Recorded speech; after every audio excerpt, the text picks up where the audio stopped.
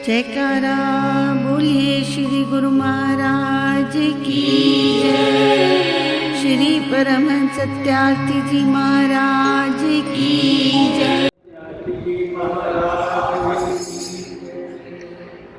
सतगुरुदेव के प्यारे बच्चों, वास्तव में जो चर्चा चल रही है आज वो अंतःकरण की चल रही है। और अंतःकरण में चार चीजें आती हैं: मन, बुद्धि, चित्त और अहंकार। आज इन चारों को समेटते हैं। इन चारों को ढकने के लिए उस परमेश्वर ने, उस सर्वशक्तिमान ने इंसान का पुतला बनाया। पुतला कहूँगा क्योंकि पुतले का कोई पता नहीं होता कब खत्म होता है, इसका कोई भरोसा नहीं है। बाकी कोई भी चीज़ हम लेने जाते हैं बाजार में तो दुकानदार से पूछते हैं इसकी कितनी गारंटी है, पर इंसान उस परमेश्वर से, उस शक्तिमान से इंसान के बारे में नहीं पूछ सकता कि इसकी कितनी गारंटी है। छोटे छोटे बच्चे होते हैं, शरीर छोड़ देते हैं, जवान होते हैं, बूढ़े होते हैं, क्योंकि शरीर का कोई पता नहीं है। 5 तत्व हैं इसमें: पृथ्वी है, जल है, अग्नि है और वायु है, प्रकाश है। न जाने कब भी खर जाए। परंतु इंसान अगर ये सोचे कि मेरी जिंदगी कितनी है, मैंने कब तक रहना है, तो उसके कर्म सदकर्म हो जाए, उसके कर्म अच्छे हो जाए। परंतु नहीं, ये एक पुतला है और इसका कोई भरोसा नहीं है कि कब इसमें बदलाव आ जाए। गुरु नानक देव जी ने पूछा बाला और मर्दाना से, क्यों भाई, इंसान की कितनी आयु है? वो कहने लगे, बाला जी ने कहा कि आज रोटी मिली है पर कल मिले ना मिले। कहते नहीं। मर्दाना ने कहा आज सूर्य देखा है, कल सूर्य दिखे ना दिखे। गुरु नानक देव जी ने कहा नहीं। गुरु नानक देव जी ने कहा मनुष्य की जिंदगी, इस पुतले की जिंदगी सिर्फ इतनी है, एक श्वास आया है, दूसरा आए ना। रेत का पुतला है ये, परंतु संसार में रह करके अनेक प्रकार के कर्म करता है और अपने में अभिमान। जितने भी संत हुए हमारे संत महापुरुष, उन्होंने इसीलिए त्याग कर दिया। महात्मा बुद्ध सारा राजपाट छोड़ करके चले। उनके रथवान ने कहा, सारथी ने कहा कि आप कायर हो, तो ये सब कुछ छोड़ के जा रहे हो। छोटा सा बच्चा है आपका, पत्नी है, राजपाट है, इतनी तिजोरियां हैं, इतनी धन है। महात्मा बुद्ध ने कहा, ऐसा सारथी, तूने इन तिजोरियों को दूर से देखा है, तूने राजमहल के धन को दूर से देखा है, तूने राजमहल के वैभव को दूर से देखा है, मैंने बहुत नजदीक से देखा है, और ध्यान करके देख, सब कुछ जल रहा है, इनका कोई इतबार नहीं है कब ये गिर जाए। महापुरुषों ने यही मनुष्य को शिक्षा दी। राजे महाराजाओं ने कितने बड़े बड़े महल बनाए अपनी सुरक्षा के लिए, उनके चारों तरफ जल पानी, ताकि कोई आ ना सके, इतने मजबूत उसके किले के दरवाजे, मोटी मोटी उसकी दीवारें, अपने आप को महफूज करने के लिए, अपने आप को सुरक्षित करने के लिए। परंतु उनको ये मालूम नहीं था कि एक दिन तुम नहीं रहोगे, जिंदगी का कोई भरोसा नहीं है। ये सब किसके लिए कर रहे हो? मनुष्य धन जोड़ता है, किसके लिए जोड़ता है? मनुष्य कारोबार करता है, मनुष्य बड़े बड़े धनवान देखे मैंने, आखिर उनका अंत। तो मनुष्य के शरीर का कोई भरोसा नहीं है। क्या भरोसा कि कई बार निकले खत्म हो जाए। हम कई खबरें ऐसे सुनते हैं, अभी बेचारा अच्छा था, अभी हार्ट अटैक हो गया, हार्ट फेल हो गया। बस ये तो एक बहाना है, क्योंकि प्रत्येक मृत्यु कारण ढूंढती है, स्थान ढूंढती है, खत्म हो जाती है। उसका समय होता है, स्थान होता है और कारण होता है। तीन चीजें होती हैं। प्रकाश ये मनुष्य समझ सकता, इस मनुष्य को कुछ समझ में आ जाती कि मेरा कल का भरोसा नहीं है, न जाने कब क्या कैसे हो जाए, मैं इतना सारा कुछ क्यों कर रहा हूं। आवश्यकताएं होती हैं, उनको पूरा करो। पर लोग आजकल कश्मकश में लगे हुए हैं, लग्जरी में, विलासता में, विलासता की आवश्यकताओं को इकट्ठा करने में।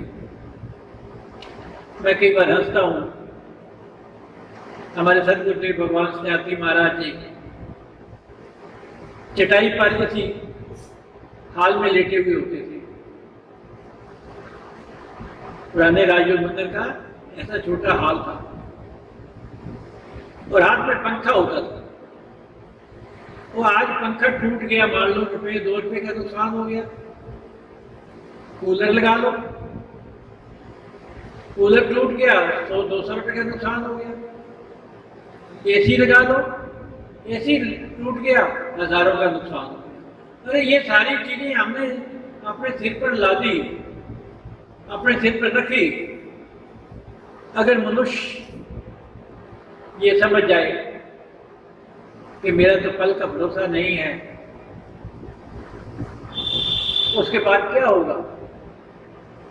पर नहीं, मनुष्य की विलासताएं, मनुष्य की आवश्यकताएं इतनी बढ़ती चली जा रही हैं, अपनी ओर ध्यान देने का उसके पास समय नहीं है। उसके पास समय नहीं है कि मुझे जो उस सर्वशक्ति ने जो शरीर दिया है, उस शरीर से कोई फायदा उठा लूं। इसी शरीर में तो मेरी आत्मा है। आत्मा ने रहने के लिए ये शरीर बनाया, ताकि शरीर अच्छे कर्म करे, भलाई करे, सतगुरुदेव भगवान जी के नाम का सिमरन करे, ताकि वहां जाते हुए उस ईश्वर को कह सके, मुख उना दे उजले जिन्हें नाम ध्याया। नाम का सिमरन करे। और इसलिए महापुरुष सच्चा नाम बताते हैं कि ऐ मनुष्य, तो मत अभिमान कर, मेरा शरीर इतना बड़ा है, इतना मजबूत है। अरे बड़े बड़े पहलवान चले गए, मेरे पास बहुत सारा धन है, बड़े बड़े धनवान चले गए, राजे महाराजे, सिर पे सोने का मुकुट धारण करने वाले, बड़े बड़े किले बनाने वाले, बड़े बड़े महल बनाने वाले चले गए। हाँ, मैं समझता हूँ इस चीज को समझता हूँ मैं कि जहां पर ये राजा महाराजा चले गए वहां पर फकीर भी चले गए, परंतु आज हम उन फकीरों की याद में आंसू बहाते हैं। आज हम उन तपस्वियों की याद में भंडारे करते हैं और हमारे हृदय से वचन निकलता है, काश ऐसे फकीर, ऐसे तपस्वी, ऐसे महापुरुष क्यों इतनी कम उम्र रही उनकी, शरीर क्यों छोड़ गए, आज साकार रूप में होते। ये मैं मानता हूं कि ऐसे महापुरुष निराकार रूप में हमारे पास हैं, सदैव हमारी खबर लेते हैं, अंतर्यामी है वो, हमें उनके दर्शन होते हैं, परंतु हमने उनके दिखाए हुए मार्ग पर चलना है। और जाने के बाद काश लोग कहें बहुत अच्छा व्यक्ति था, 2 साल और जीता रहता तो अच्छा था। ये नहीं कहें कि कैसा आदमी था, 2 साल पहले मर जाता तो अच्छा था। इसलिए संसार में जाने के बाद धन नहीं जाता, धर्म जाता है। धन नहीं जाता, धर्म जाता है। वैसे तो हर मनुष्य को मालूम है कि मैंने आज नहीं तो कल जाना है, अवश्य जाना है, तो फिर भी ऐसा क्यों करता है? क्या वो अपने धर्म ग्रंथों को पढ़ता नहीं है? क्या हमारे धर्म महापुरुषों की बातों को मानता नहीं है? वो सच्चाई के रास्ते पे क्यों नहीं चलता? धर्म के रास्ते पे क्यों नहीं चलता? जबकि उसको मालूम है कि अंत समय में मुझे नाम का सिमरन करना चाहिए, परंतु नहीं। संपूर्ण जीवन जिस ढांचे में वो ढाल लेता है, संपूर्ण जीवन जिस ढांचे में रजोगुणी ढालेगा, रजोगुणी हो जाएगा और मनुष्य उसी रूप में अपना जीवन गुजारेगा और अंत भी उसका वैसे ही होगा। महापुरुषों का या भगत जो नाम का सिमरन करते हैं, उनको आखिर में सतगुरुदेव भगवान ही लेने के लिए आते हैं और उनके चरणों में ही वो निवास करता है। परंतु तमोगुणी और रजोगुणी आत्माएं इस संसार में भटकती है। छोटी सी एक बात बताता हूं। महात्मा बुद्ध एक दिन नदी के किनारे पर टहल रहे थे। मौजवश टहल रहे थे, संध्या होने को आई थी, पर उन्होंने क्या देखा कि कुछ बच्चे रेत पर घर घर बनाना खेल रहे हैं। ये मेरा घर है, रेत का बना लिया। दूसरे बच्चे ने कहा ये मेरा घर है, एक शरारती बच्चे ने घर तोड़ दिया, लड़ाई हो गई, क्रोध आ गया, तूने मेरा घर क्यों तोड़ा है? अरे समझ से सही, वो तो रेत का घर था। नहीं, क्रोध आ गया। अपने अपने घर बना करके रेत का कोई अस्तित्व नहीं होता। और इसी प्रकार से हम देखते हैं कि हम क्रोध करते हैं, जब जीवन का ही भरोसा नहीं है तो हमारे द्वारा बनाई हुई चीजों का क्या भरोसा होगा? ये भी खरीद लो, वो भी कर लो, ये भी कर लो, वो भी कर लो, विलासता। जितनी भी मनुष्य की आवश्यकताएं बढ़ेगी, उतना मनुष्य अपने सदगुरुदेव से, उतना मनुष्य अपने ईश्वर से दूर हो जाएगा। और जितनी आवश्यकताएं कम होगी, उतना मनुष्य अपने सदगुरुदेव भगवान जी के नजदीक आएगा। त्याग और वैराग ही हमें भक्ति की ओर प्रेरित करता है।